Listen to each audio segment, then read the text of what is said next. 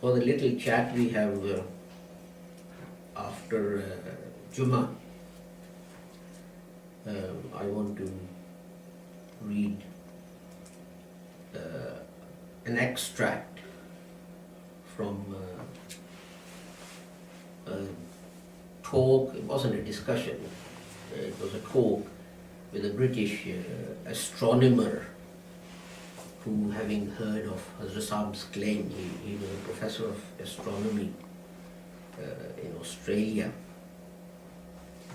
and he heard, he was on his way back to England, and he decided to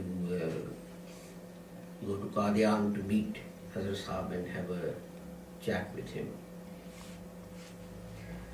And he asked Hazrat Saab some questions. So he says, I am a tourist, but I am a scholar.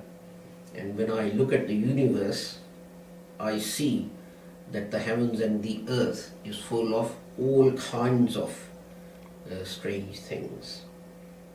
And the heavens are so wide, so large, that you can't, your brain, your head can't conceive its vastness. And when I look at nature, I don't believe that the creator of such a magnificent creation can be confined to just a particular religion or a particular book. So he asked Hazrat Saab to comment on that. And Hazrat Saab said that it's true that God is not confined to any particular nation or any particular sect. The truth is that God is the God of the whole world. And just as He has provided for our physical development, things such as air and water and food and so on, in the same way He has provided for everyone's spiritual development as well. And as Saab says, this is what I believe, and this is also what is written in the Holy Quran, that in every age, for every nation, God has been sending righteous people for reformation of humanity. And then Hazrat Saab quotes from chapter 24, verse 35, and says, and translates that saying, there is no town and there are no people who did not receive a warner who was sent by God. And then he gives a very interesting explanation of why there are differences in books of different religions. And he says that this difference is only apparent because he says, I'll give you an example of a doctor who's treating a person who's ill. And as the illness gets less or gets more, depending on his patient's condition, the doctor changes the medicine that he prescribes. And he says this is an example. The same thing happens in the sort of spiritual world, that when people go astray and they leave God and they start worshipping idols. And when Hazrat Saab says idols, he doesn't mean necessarily things which are created from stone and so on.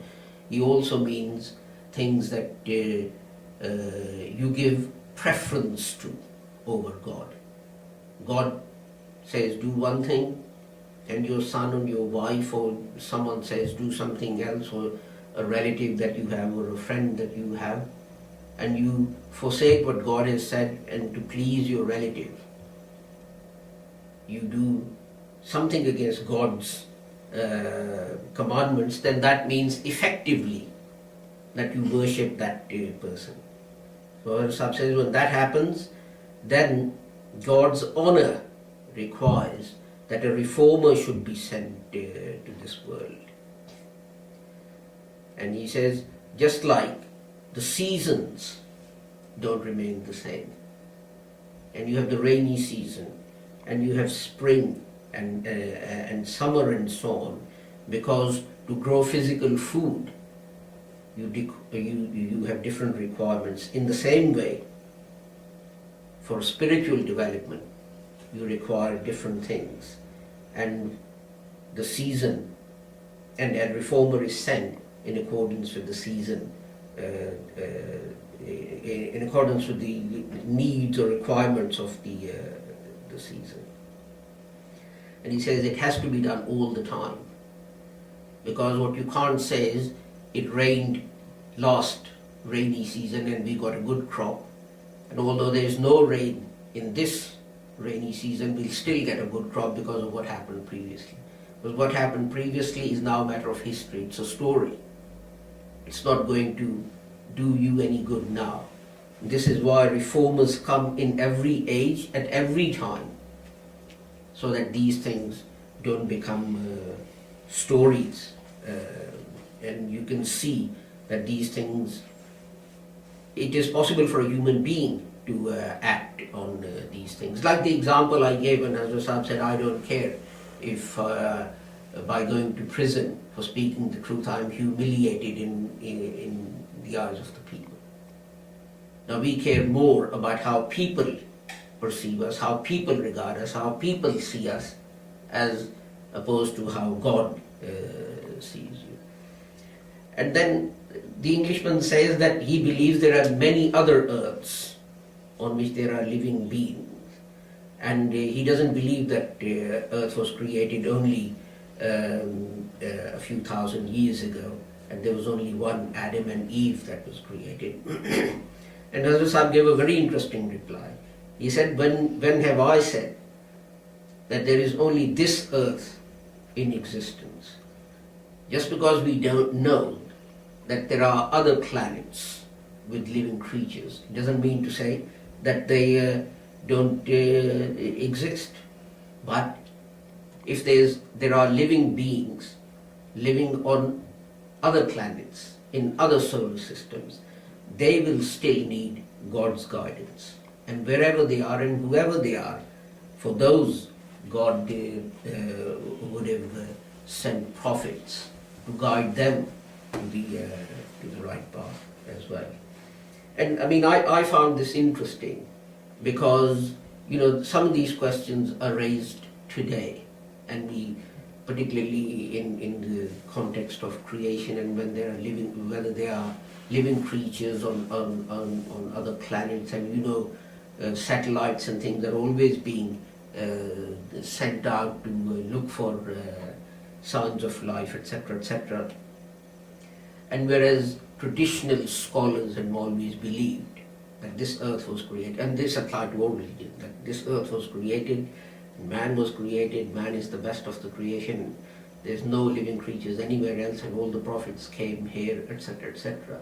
And even at that time, in the last century, Hazrat Sahib had such a wide or sophisticated view of creation and of God sending reformers to do his creation.